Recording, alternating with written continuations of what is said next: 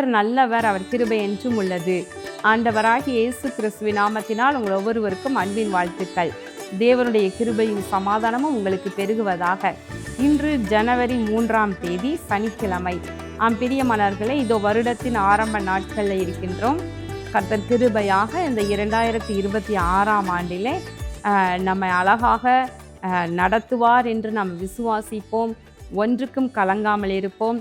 இந்த வருடத்திற்கான வாக்குத்தத்தம் நமது ஆசீர்வாதம் டிவி நேயர்களுக்காக, தேவ பிள்ளைகளுக்காக, நமது ஆசீர்வாத திருச்சபை தேவ பிள்ளைகளுக்காக கர்த்தருடைய சமூகத்திலிருந்து காத்திருந்து ஜெபித்து கர்த்தர் அருளி செய்த வாக்குத்தத்தத்தை உங்களுக்கு சகோதரன் அலன்பால் அவர்கள் கொடுத்திருக்கிறாங்க.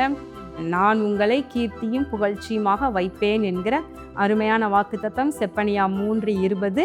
அந்த வாக்குத்தத்த செய்தியை புத்தாண்டு ஆராதனை வாக்குத்தத்த ஆராதனையில் சென்னை ஆசீர்வாத திருச்சபையிலே வழங்கியது. அப்படியே நம்முடைய யூடியூப் பிளஸ்ஸிங் டிவி என்ற சேனலில் பதிவிடப்பட்டுள்ளது. இதுவரைக்கும் பார்க்காத நீங்கள் அந்த செய்தியை நீங்கள் கேட்டு பயனடையும்படி அன்போடு கூட ஞாபகப்படுத்துகின்றேன். உங்களுக்கு அருமையானவர்களுக்கும் அந்த செய்தியை நீங்கள் ஷேர் பண்ணுங்க. பிரியமானவர்களே, இதோ இந்த புதிய வருடத்தில் இந்த காட்ஸ் வேர்ட் டிவியில் உங்களுக்கு கர்த்தருக்கு சித்தமானால் இன்றைய மன்னா என்ற தலைப்பில் நம்முடைய கேலண்டரில் இருக்கின்ற வசனங்களை அனுதினமும் நான் கொடுக்க நான் வாஞ்சிக்கின்றேன். கர்த்தர் அதை வாய்க்க பண்ண பலப்படுத்த ஜெபியுங்கள்.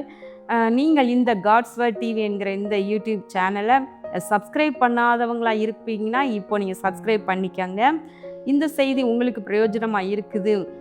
தினமும் ஷார்ட்டாக ஒவ்வொரு வசனம் தியானத்தோடு ஒரு நாளை ஆரம்பிப்பது நலமாக இருக்கிறது என்று உங்களுக்கு நீங்கள் எண்ணினால் நீங்கள் இதை நிச்சயமாக இதை உங்களைப் போல வசனத்தின் மேல் தாகமுள்ள உங்களுக்கு அறிமுகமானவர்களுக்கு இந்த சேனலை நீங்கள் அறிமுகம் செய்து வைங்க.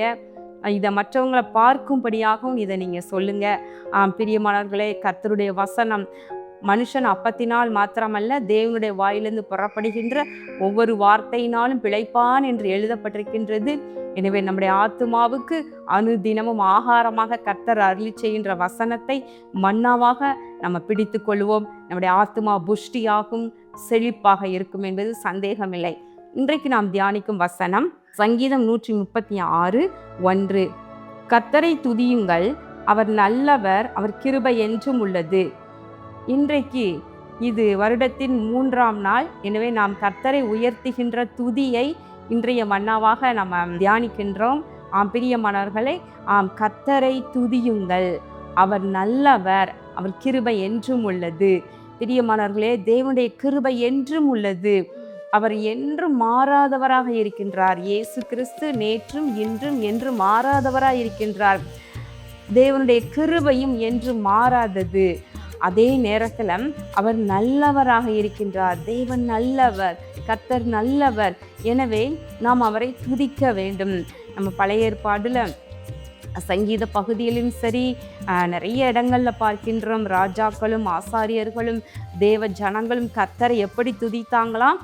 கர்த்தர் நல்லவர், அவர் கிருபை என்றும் உள்ளது என்று சொல்லி சொல்லி துதித்தார்கள் என்று பார்க்கின்றோம். பிரியமானவர்களே, துதிகளிலே கர்த்தரை துதிக்கும் துதிகளிலே ஒரு முக்கியமான நல்ல ஒரு ஆசீர்வாதமான ஒரு துதி என்ன அப்படின்னு சொன்னால் இதை நம்ம சொல்லலாம். நம்ம டிவியில் கூட அடிக்கடி இதை நம்ம சொல்லும்படியாக நாங்கள் ஒளிபரப்பி வருகின்றோம் இல்லையா?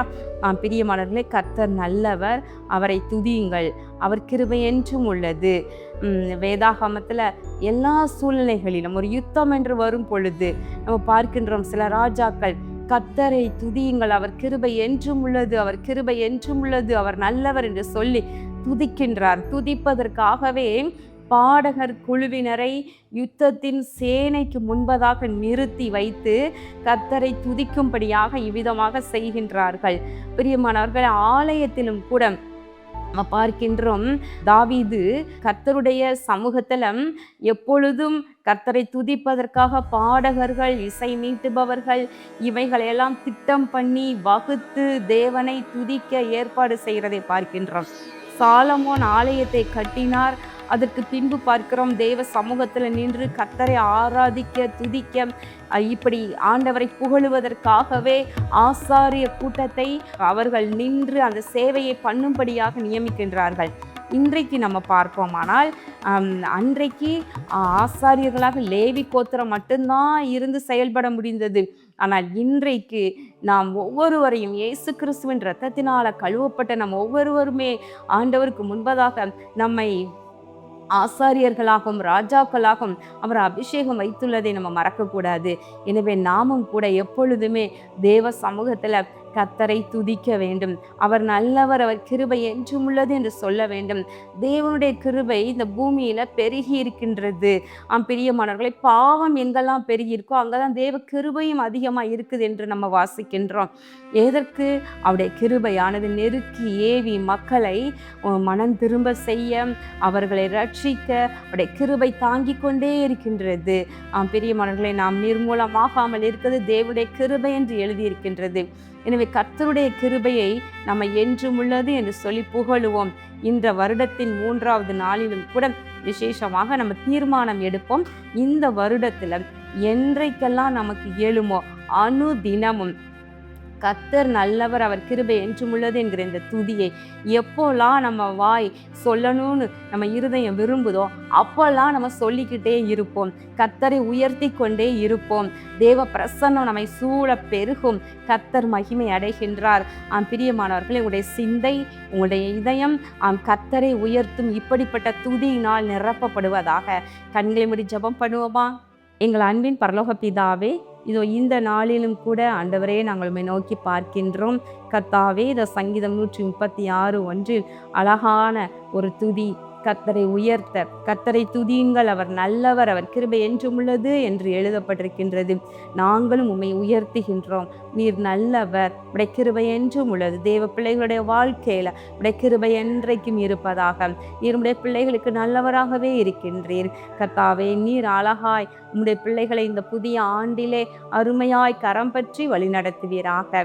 ஆண்டவராகிய இயேசு கிறிஸ்துவின் நாமத்தினாலே இந்த ஜெபத்தை ஏறெடுக்கின்றோம் நல்ல பிதாவே, ஆமேன். பிரியமானவர்களே, கர்த்தர் உங்களை ஆசீர்வதிப்பாராக. ஆமேன்.